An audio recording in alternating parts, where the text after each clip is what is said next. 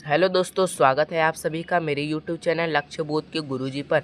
और आज की इस वीडियो में हम आपको बताने वाले हैं एक बार फिर से मोस्ट इम्पॉर्टेंट क्वेश्चन जिसके बोर्ड एग्जाम में आने के बहुत ज़्यादा चांस रहेंगे, यानी 100% चांस है बोर्ड एग्ज़ाम में आने के।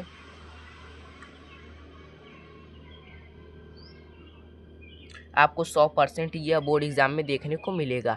क्वेश्चन क्या है कि वायबीय है जिसे आक्सीय श्वसन कहा जाता है, अनावायबीय यानी जिसे अनाक्सीय श्वसन कहा जाता है।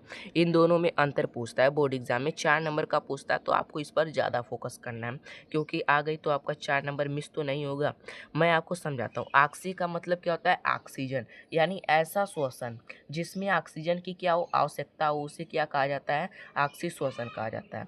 अनाक्सीय श्वसन यानी ऐसा श्वसन जिसमें ऑक्सीजन की आवश्यकता नहीं होती है, उसे क्या कहा जाता है? अनाक्सीय श्वसन कहा जाता है। ये पॉइंट आपको क्लियर हो गई है। अब दूसरी पॉइंट के अंतर्गत आपको लिखना है कि ऑक्सीय श्वसन को ही वायवीय श्वसन कहा जाता है, यानी यही इसका दूसरा नाम है।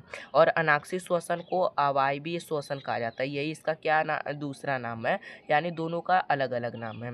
इसके बाद क्या हो जाएगा कि ऑक्सीय श्वसन, मैंने आपको कल ग्लूकोज या पायरुवेट के विखंडन का पथ बताया था। इसमें मैंने आपको बताया था कि ऑक्सीय श्वसन जो होता है वह केवल क्या होता है कि कोशिका के सूत्रकर्णिका यह जो क्रिया होती है कोशिका की सूत्रकर्णिका यानी माइटोकॉन्ड्रिया में पूर्ण होती है, जबकि यह जो क्रिया होती है यानी अनाक्सीय श्वसन की जो क्रिया होती है यह आपको इष्ट और मांसपेशियों में देखने को मिल जाएगी।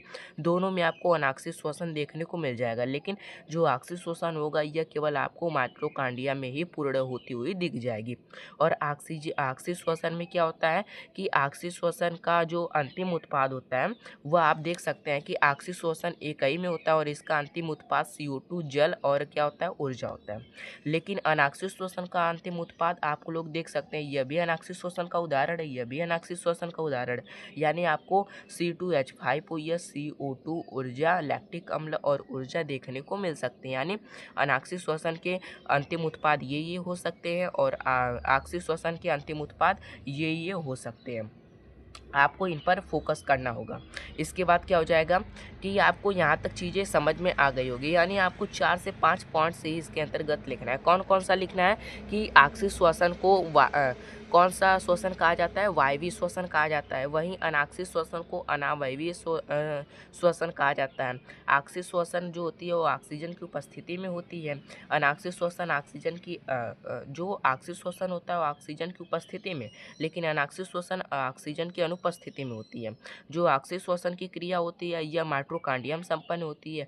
वही अनाक्सीय श्वसन की क्रिया जो होती है वह आपको मांसपेशियों और इष्ट में संपन्न होती हुई दिखाई दे जाएगी। इसका अंतिम उत्पाद आपको CO2 जल और ऊर्जा देखने को मिल जाएगा। इसका अंतिम उत्पाद C2H5OH, CO2 लैक्टिक अम्ल और ऊर्जा देखने को मिल जाएगा। यानी आपको इन पर ज़्यादा फोकस करना है जिनके बोर्ड एग्जाम में आने के बहुत ज़्यादा चांस रहेंगे। अगर आपको ये वीडियो थोड़ा भी पसंद आया होगा, मैं आपके आगे हाथ जोड़कर विनती करता हूँ को एक प्यारा सा कमेंट कर दीजिएगा, वीडियो को लाइक कर दीजिएगा। मिलते हैं किसी अगले वीडियो में नए टॉपिक के साथ।